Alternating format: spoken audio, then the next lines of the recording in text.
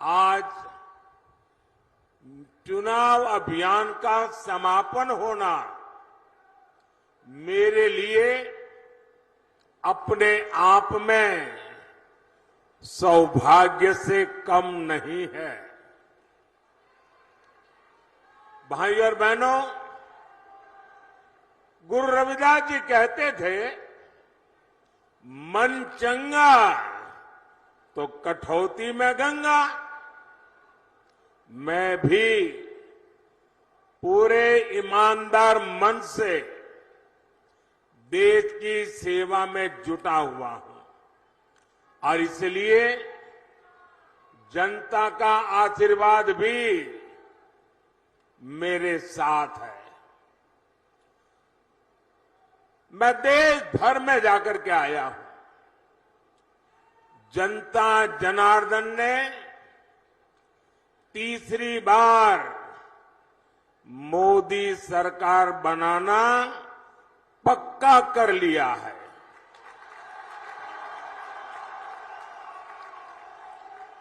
आज देश में आकांक्षाएं नहीं हैं। आज देश में उम्मीदें नहीं हैं। आज देश में आत्मविश्वास नया है। दशकों बाद ऐसा समय आया है, पूर्ण बहुमत वाली केंद्र सरकार हैट्रिक लगाने जा रही है। और इसकी सबसे बड़ी वजह है विकसित भारत का सपना। आज हर भारतीय विकसित भारत के सपने के साथ एक रूप हो गया है, जुड़ गया है और इसलिए हर देशवासी हमें आशीर्वाद दे रहा है। साथियों, आपको याद होगा, मैंने लाल किले से कहा था, यही समय है, सही समय है। और आज फिर कह रहा हूं, 21वीं सदी भारत की सदी होगी।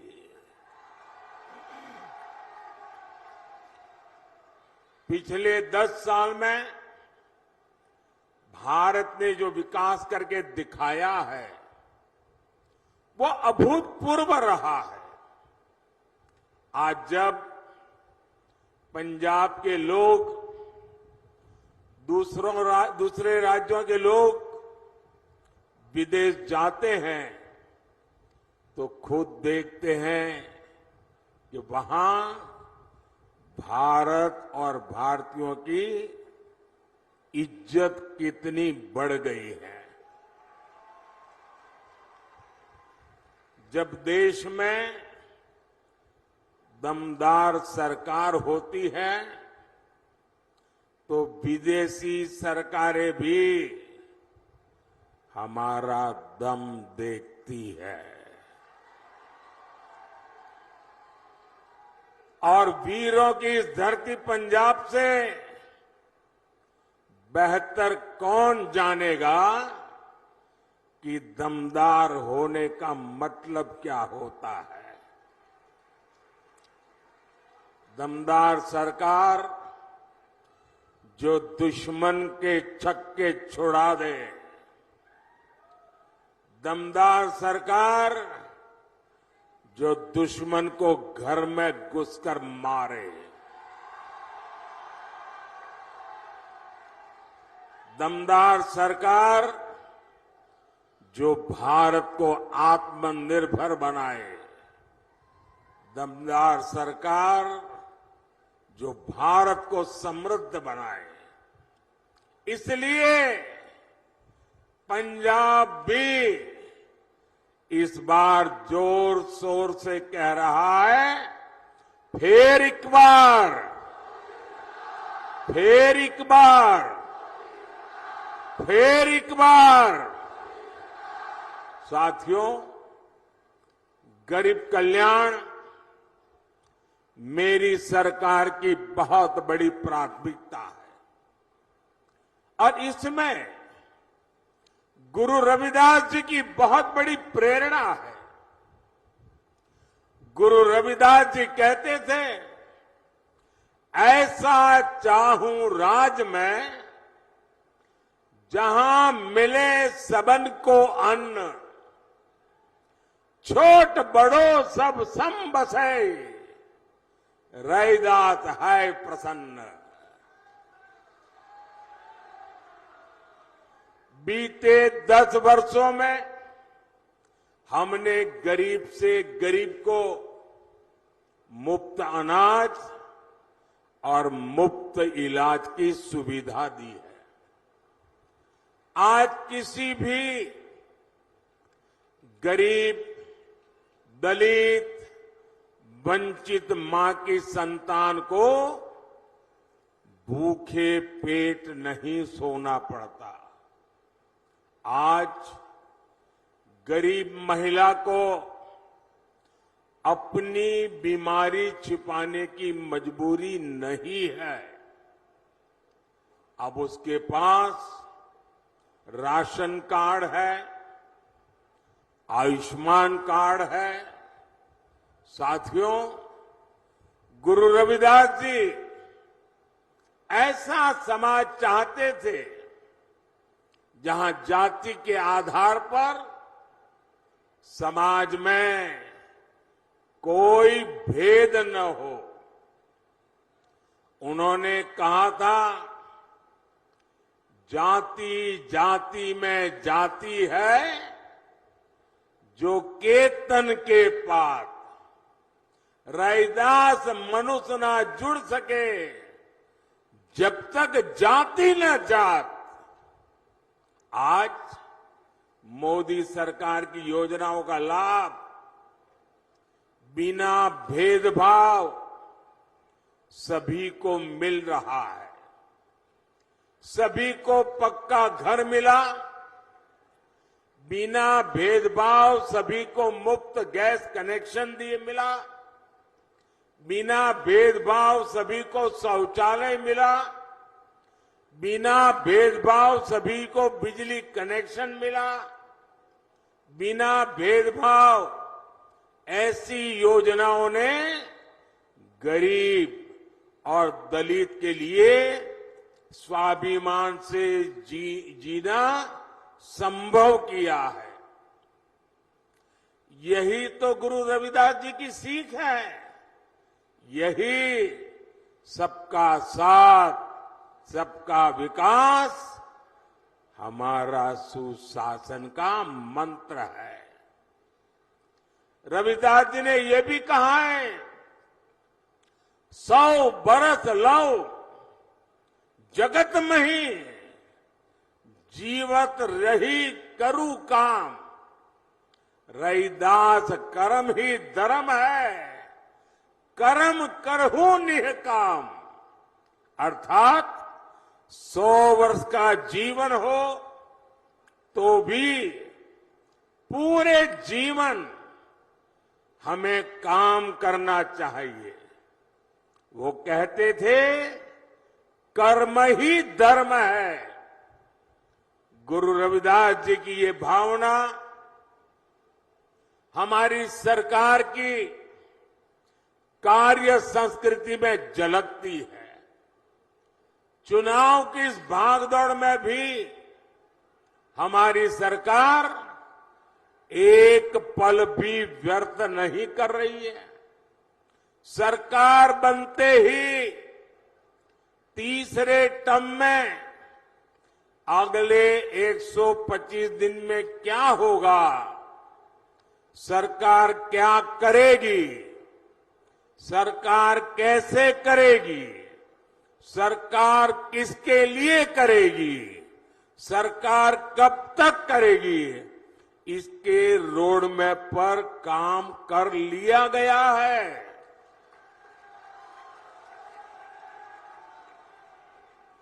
इसमें भी 25 दिन विशेष तौर पर युवाओं के लिए केंद्रित किए गए हैं। अगले 5 साल में कौन से बड़े निर्णय लेने हैं, इसकी भी रूपरेखा खींची जा चुकी है। अगले 25 साल के विजन पर भी हमारी सरकार तेजी से आगे बढ़ रही है। साथियों, ये भाजपा सरकार का सौभाग्य है कि उसे गुरु रविदास से जुड़ी विरासत को सम्मान देने का अवसर मिला है। काशी में उनके जन्म स्थान का विकास किया जा रहा है। काशी में गुरु रविदास जी के जन्म स्थान पर सुविधाएं बढ़ाई जा रही हैं। वहां लंगर हॉल बना है, म्यूजियम बना है, पार्क बना है, मंदिर के आसपास सड़कें बनी है।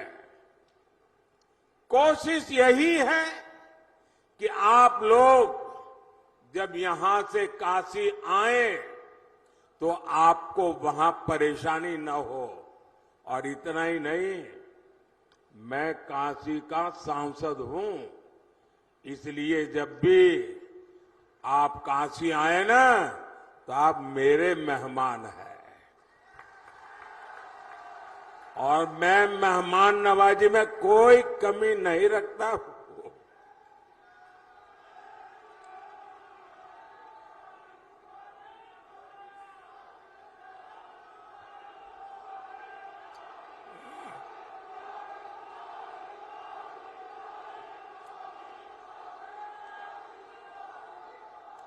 साथियों,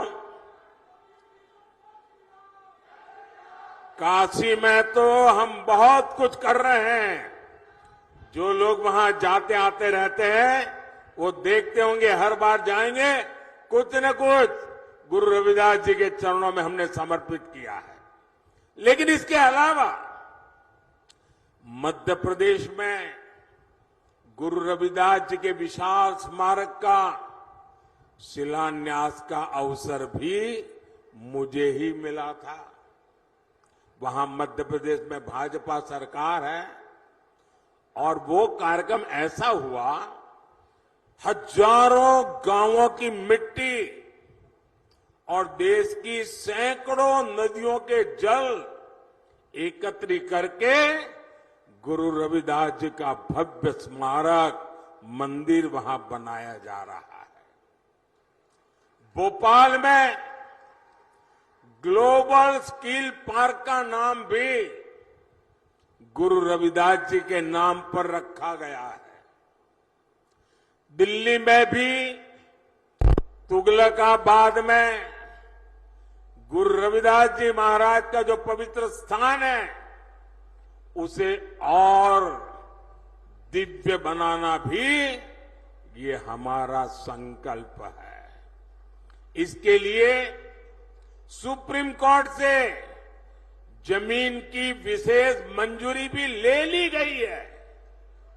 और आज जब मैं होशियारपुर आया हूं तो अपने मन की एक और बात आपको बताना चाहता हूं।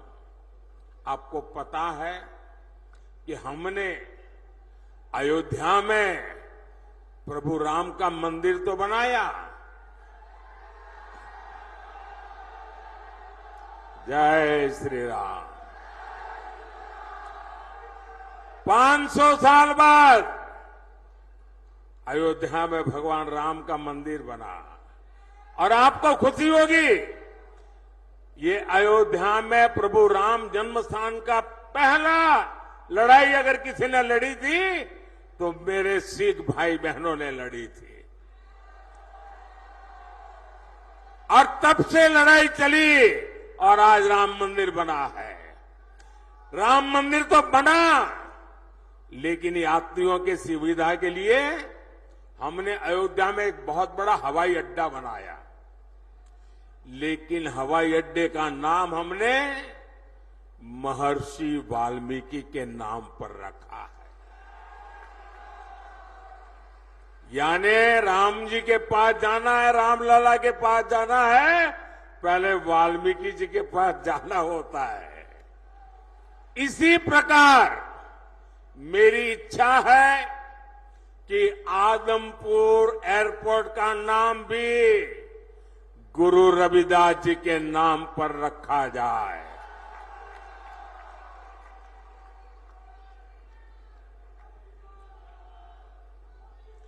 सरकार बनने के बाद इस दिशा में तेजी से काम किया जाएगा। भाइयों और बहनों, भाजपा विरासत भी विकास भी इस मंत्र पर चल रही है। आपने देखा है जब अफगानिस्तान में संकट आया, वहां पर हमारे जो सिख भाई बहन रहते थे, वहां जो हमारा गुरुद्वारा था, बहुत खतरे पैदा हो गए, तो हम गुरु ग्रंथ साहब के स्वरूपों को पूरे अदब के साथ माथे पर रख करके भारत लाए। इतना ही नहीं, हमने साहिबजादों के बलिदान को श्रद्धा पूर्वक नमन करते हुए 26 दिसंबर को वीर बाल दिवस मनाना तय किया। और ये सिर्फ एक दिवस नहीं है, इतना बड़ा बलिदान, इतना बड़ा त्याग, इतनी बड़ी प्रतिबद्धता केरल के बच्चे को भी पता होनी चाहिए, आसाम के बच्चे को भी पता होना चाहिए, तमिलनाडु के बच्चे को पता होना चाहिए, बंगाल के बच्चे को भी पता होना चाहिए। और इसलिए हमने वीर बाल दिवस के द्वारा हिंदुस्तान की भावी पीढ़ी को प्रेरणा देने के लिए वीर बाल दिवस की परंपरा शुरू की है। हमने हरविंदर साहब के लंगर को टैक्स से मुक्त किया, विदेशी भक्त भी सेवा के लिए दान दे सके, इसके लिए हमने नियमों में छूट भी दी है। साथियों, विकसित होते भारत के सामने कुछ चुनौतियां भी हैं। कांग्रेस और इंडी गठबंधन की स्वार्थ की राजनीति, वोट बैंक की राजनीति ने देश का बहुत नुकसान किया है। इनका वोट बैंक, जो वोट बैंक के प्रति उनका प्यार था कि बंटवारे के समय के हमारे करतारपुर साहिब पर भारत का अधिकार नहीं जता पाए, यही लोग हैं जो अपने वोट बैंक के लिए लगातार राम मंदिर का विरोध करते रहे। अपनी तुष्टीकरण की इसी राजनीति की वजह से इंडी गठबंधन सीएए का भी विरोध कर रहा है। साथियों, आजकल देश के लोग इंडी गठबंधन वालों से संविधान की रट सुन रहे हैं। ये वो लोग हैं जिन्होंने इमरजेंसी में संविधान का गला घोंट दिया था। जब 84 के दंगों में सिखों के गले में टायर बांधकर जलाया जा रहा था, तो इन्हें संविधान की नहीं सूझी। साथियों, मोदी ने एक संकल्प लिया है कि वो दलितों, पिछड़ों आदिवासियों का आरक्षण किसी को भी छीनने नहीं देगा। अपनी सरकार के 10 साल में मैंने लगातार एससी, एसटी, ओबीसी के आरक्षण की रक्षा की है। ये कांग्रेस और इंडी गठबंधन वाले मेरी इस कोशिश से भी भड़के हुए हैं। दरअसल आरक्षण को लेकर इनके खुद के इरादे बहुत खतरनाक हैं। इनका पूरा track record SC, ST, OBC का आरक्षण छीनने का रहा है। सरकारी नौकरी में धर्म के आधार पर आरक्षण हो, स्पोर्ट्स में, सरकारी टेंडर में धर्म के आधार पर आरक्षण हो, यूनिवर्सिटी के दाखले में धर्म के आधार पर आरक्षण हो, ये संविधान की भावना का, बाबा साहब आम्बेडकर की भावना का अपमान कर रहे हैं। ये दलितों और पिछड़ों का आरक्षण छीनकर उसे सिर्फ और सिर्फ मुसलमानों को देना चाहते हैं। ये धर्म के आधार पर देश को बांटने की एक और बड़ी गहरी साजिश है। 2024 के इस चुनाव अभियान में मोदी ने इनकी इस सबसे बड़ी साजिश से पर्दा उठा दिया है, उनको बेनकाब कर दिया है और इसलिए बौखलाए हुए हैं और लगातार मोदी को नई नई गालियां देते रहते हैं। भाई और बहनों, आप भी जानते हैं कांग्रेस भ्रष्टाचार की जननी है। 60 साल तक कांग्रेस ने जो कारनामे किए हैं, भ्रष्टाचार की एक से बढ़कर एक वारदातें की हैं, ऐसा लगता है कांग्रेस ने भ्रष्टाचार में डबल पीएचडी कर ली है। और अब कांग्रेस के साथ एक और कट्टर भ्रष्टाचारी पार्टी भी जुड़ गई है। इतना ही नहीं, ये भयंकर झूठवादी पार्टी भी है। अब आप देखिए, यहां तो आमने सामने लड़ने का ड्रामा कर रहे हैं, दिल्ली में एक साथ चुनाव लड़ रहे थे और लोग भूले नहीं कि ये झूठवादी पार्टी, ये कट्टर भ्रष्टाचारी पार्टी की पहली सरकार कांग्रेस के समर्थन से दिल्ली में बनी थी और इसलिए इन्होंने जो भ्रष्टाचार की जननी कांग्रेस है, उससे बराबर भ्रष्टाचार के पाठ पढ़ लिए हैं। हम छोटे थे तो एक कथा सुना करते थे और कथा बड़ी मजेदार थी। वो कथा ऐसी थी कि एक प्रेग्नेंट वुमेन डिलीवरी के लिए अस्पताल में गई और बेटे का जन्म हुआ, लेकिन जो नर्स वो डिलीवरी करवा रही थी, वो ढूंढने लगी चारों तरफ, उसकी अंगूठी कहीं खो गई थी। वो रोने लगी, अरे मेरी अंगूठी कहां गई, अंगूठी कहां गई। अब बेटे का जन्म हुआ, लेकिन वो अपनी मुट्ठी नहीं खोलता था, तो डॉक्टरों को चिंता हुई, इस बच्चे की मुट्ठी क्यों नहीं खुल रही है, अभी तो पैदा हुआ है। डॉक्टरों ने बड़े तरीके से उसकी मुट्ठी खोली तो अंगूठी उसकी मुट्ठी में थी। तो लोगों ने कहा ये बच्चा पैदा होते ही चोरी करता है, तो पता चला उसका बाप बहुत बड़ा चोर था, बड़ा डाकू था। तो जन्मजात ये भ्रष्टाचार की जननी कांग्रेस की गोद से एक कट्टर भ्रष्टाचारी पैदा हुए हैं और इसलिए कांग्रेस को तो भ्रष्टाचार में पीएचडी करते करते 60 साल लगे। ये तो जन्म से ही कट्टर भ्रष्टाचारी पैदा हुए हैं।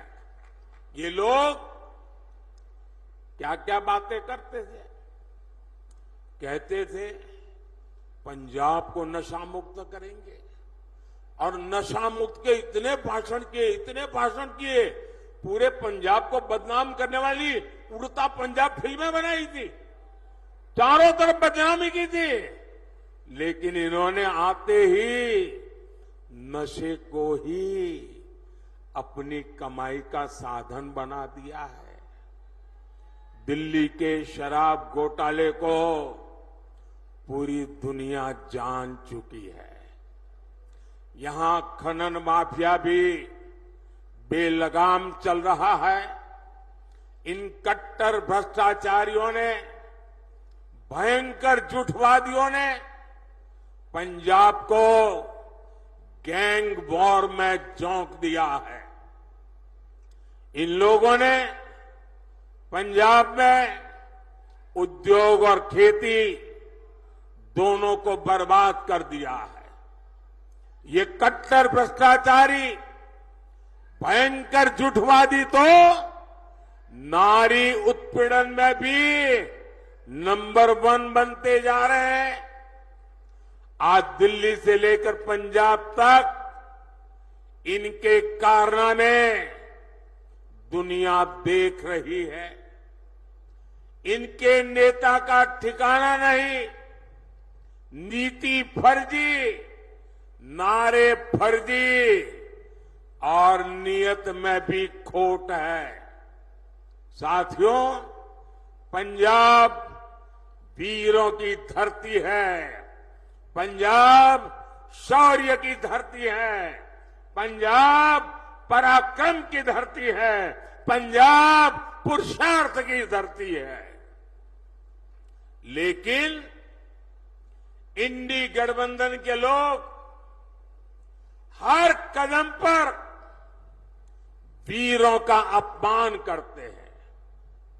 यही लोग हैं जिन्होंने हमारे देश के सेना के अध्यक्ष जनरल बिपिन रावत को गली का गुंडा कहा था, और वो सिर्फ जनरल बिपिन रावत का अपमान नहीं था, हिंदुस्तान के हर फौजी का अपमान था, हिंदुस्तान के हर सैनिक का अपमान था।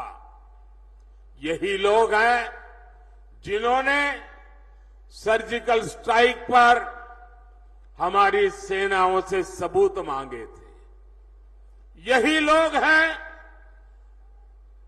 नेहरू के जमाने की 62 की लड़ाई में चीन को क्लीन चिट देकर भारत की फौज का आए दिन अपमान करते रहते हैं। कांग्रेस और इंडी गठबंधन ने हमारी सेनाओं को कमजोर करने में कोई कसर बाकी नहीं छोड़ी थी। याद कीजिए, देश आजाद हुआ तब से जीप घोटाला हो, बोफोर्स घोटाला हो, सबमरीन घोटाला हो, आर्मी के लिए ट्रक घोटाला हो, इन लोगों ने हर मौके पर देश की सेना की जरूरतों की चिंता नहीं की, देश की सेना की शक्ति की चिंता नहीं की। इन्होंने लूटने की योजनाएं बनाई, चोरी करने की योजनाएं बनाई, भ्रष्टाचार करके देश के खजाने को खाली करने की योजना बनाई है। ये लोग हैं जिन्होंने तेजस फाइटर प्लेन के प्रोजेक्ट को ठंडे बस्ते में डाल दिया था। यही लोग हैं जिन्होंने वर्षों तक सेना के अंदर एकरूपता, एकात्मता लाने के लिए सीडीएस पद के गठन को लटका कर रखा। यही लोग हैं जिन्होंने सेनाओं को आधुनिक बनाने के लिए जरूरी रिफॉर्म्स नहीं होने दिए। यही लोग हैं जिन्होंने हमारे पूर्व फौजियों को 1 रैंक 1 पेंशन ओआरओपी 40 साल तक झूठ बोला। भाइयों बहनों, और कैसा झूठ, ये सेना के जवानों की आंख में कैसी धूल झोंकते हैं। और मुझे याद है 2013-14 के चुनाव में यहां पंजाब में आकर के पूर्व सैनिकों के साथ छोटी छोटी अपनी मीटिंगें करके हवा फैलाते थे कि ओआरओपी कर दिया। कैसी बेईमानी की। जरा मैं, पंजाब तो पूर्व सैनिकों की धरती है, हिमाचल पूर्व सैनिकों की धरती है, मैं जरा बताना चाहता हूं इन्होंने क्या किया। मैंने 2013 में जब मुझे प्रधानमंत्री पद का उम्मीदवार घोषित किया तो मैंने रेवाड़ी में सबसे पहली पूर्व सैनिकों की रैली की। उस रैली में मैंने घोषणा की कि हमारी सरकार बनेगी तो हम 1 रैंक 1 पेंशन लागू करेंगे। तो ये घबरा गए, बोले मोदी ऐसी चीज लाया है कि मर जाएंगे। तो इन्होंने क्या किया, आनन फानन में 500 करोड़ रुपया रख करके बोल दिया कि ओआरओपी लागू। ऐसा झूठ। आप देखिए, जब मैंने इसको लागू किया 1.25 लाख करोड़ रुपया पूर्व सैनिकों के खाते में जमा किए। 1.25 लाख करोड़ रुपया तब ओआरओपी हुआ है। ये 500 करोड़ में खेल खेलते थे। यानी कितना झूठ बोलते हैं ये लोग। भाइयों बहनों, मोदी का लक्ष्य भारत की सेनाओं को सबसे ज्यादा आधुनिक बनाना है, सबसे ज्यादा सामर्थ्यवान बनाना है, सच्चे अर्थ में आत्मनिर्भर बनाना है। लेकिन मोदी के इस अभियान से इंडी वालों की काली कमाई के रास्ते बंद होते हैं।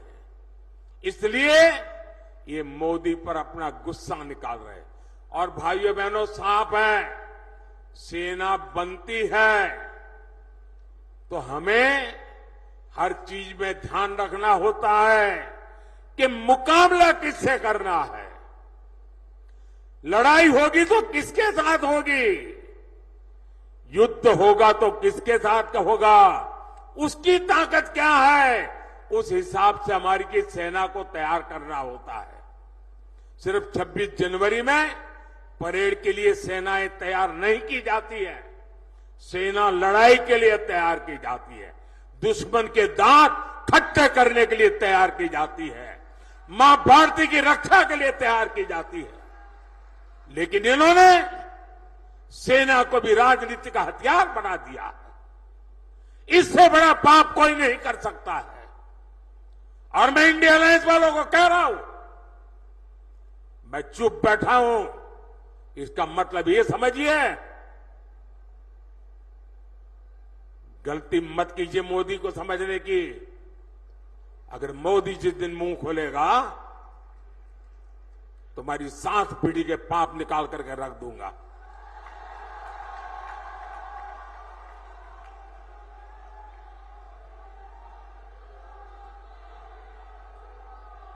आपको मोदी को जितनी गालियां दे दीजिए, लेकिन मेरे देश की सेना का अपमान ये मोदी नहीं सहन करेगा।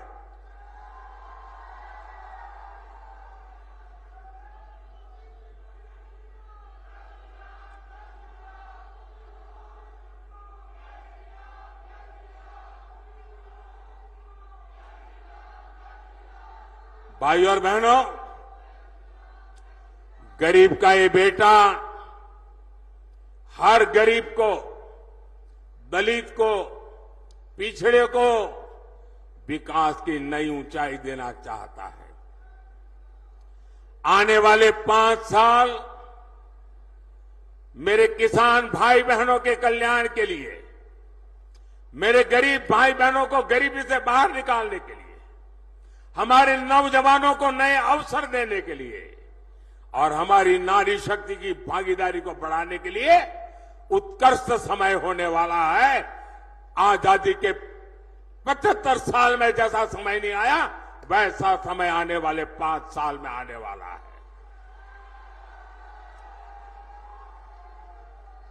और इसलिए चुनाव की मेरी आखिरी सभा में गुरु रविदास जी की पवित्र भूमि से, गुरुओं की पवित्र भूमि से, वीर बलिदानियों की पवित्र भूमि से मैं देशवासियों को कह रहा हूं, आखिरी चरण में मतदान के सारे रिकॉर्ड तोड़ दीजिए, भारी मतदान कीजिए और जहां जहां भाजपा एनडीए के उम्मीदवार है, वहां भारी बहुमत से विजयी बनाइए। 400 पार का आखिरी जो काम है, वो आखिरी तबके के मतदाताओं के पास है। मुझे पूरा विश्वास है कि वो सौभाग्य जाने नहीं देंगे।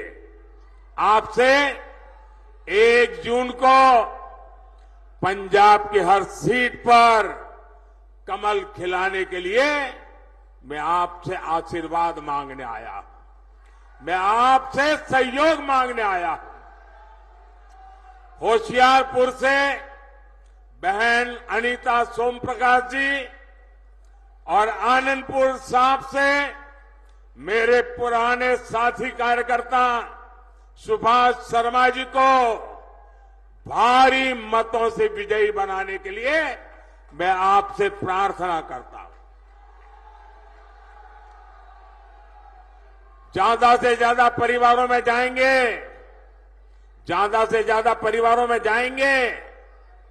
मुझे आपसे जवाब चाहिए, ज्यादा से ज्यादा परिवारों में जाएंगे, हर घर में जाएंगे, ज्यादा से ज्यादा मतदान कराएंगे, हर पोलिंग बूथ में विजय दिलाएंगे, गांव गांव कमल खिलाएंगे। अच्छा, मेरा एक काम करेंगे, ऐसा नहीं पूरी ताकत से बोलो तो बताऊंगा। मेरा एक काम करेंगे, जरा हाथ ऊपर करके बताइए, मेरा काम करेंगे। देखिए, यहां से जाने के बाद अपने मोहल्ले में, अपने गांव में जो भी देवस्थान हो, गुरुद्वारा हो, वहां पर जाना और मोदी की तरफ से वहां माथा टेकना और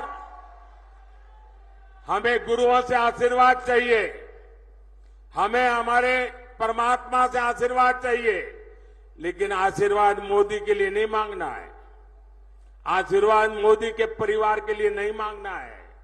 आशीर्वाद मांगना है विकसित पंजाब बनाने के लिए, आशीर्वाद मांगना है विकसित भारत बनाने के लिए। और इसलिए आप सबसे मेरा आग्रह है कि मेरा ये काम जरूर कीजिए। हर गुरुद्वारे पर जाकर के, हर देवस्थान पर जाकर के मेरी तरफ से मत्था जरूर टेकना। मेरे साथ बोलिए, जय गुरुदेव, जय गुरुदेव, धन गुरुदेव, धन गुरुदेव। श्री वाहेगुरु जी का खालसा, श्री वाहेगुरु जी का खालसा। भारत माता की, भारत माता की। बहुत बहुत धन्यवाद।